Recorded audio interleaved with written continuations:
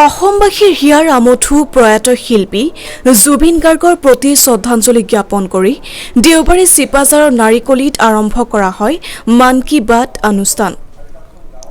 চিপাঝাৰ মণ্ডল সমিতিৰ ২২১ নং বুথত দেশৰ প্ৰধানমন্ত্ৰী নৰেন্দ্ৰ মোদীৰ মন কী বাত অনুষ্ঠানত বিশিষ্ট ব্যক্তি হিচাপে উপস্থিত থাকে যুৱ নেতা তথা ভাৰতীয় জনতা পাৰ্টীৰ সক্ৰিয় কৰ্মী কুলদীপ বৰুৱাই।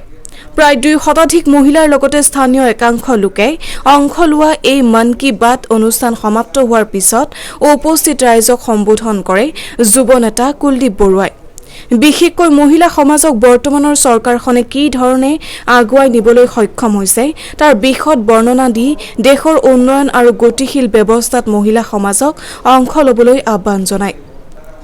News desk report.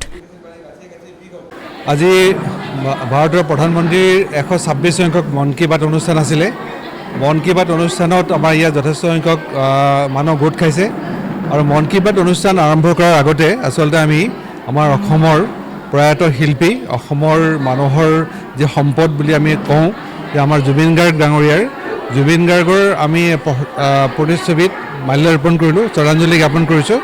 শ্ৰদ্ধাঞ্জলি জ্ঞাপন কৰাৰ পিছত আমি মন কী বাত অনুষ্ঠানত আমি ভাগ লৈছোঁ আৰু প্ৰধানমন্ত্ৰীৰ মন কী বাত অনুষ্ঠানটো ৰাইজে শুনি যথেষ্ট উপকৃত হয়।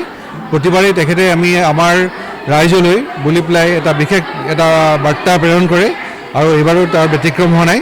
গতিকে মন কী বাত অনুষ্ঠানত যথেষ্ট সংখ্যক মানুহ গোট খাইছে ইয়াত আৰু সকলোৱে আনন্দিত হৈছে। গতিকে ভাল বস্তু খাবৰ কাৰণে আমি কষ্ট কৰোঁ, অলপ কষ্ট কৰিলে ভালকৈ খোৱা বস্তুখিনি আপোনাৰ গাত লাগিব। তেখেতৰ গা অসুস্থ, সেয়েহে মাননীয় জ্ঞাননাথ ডাঙৰীয়াক মই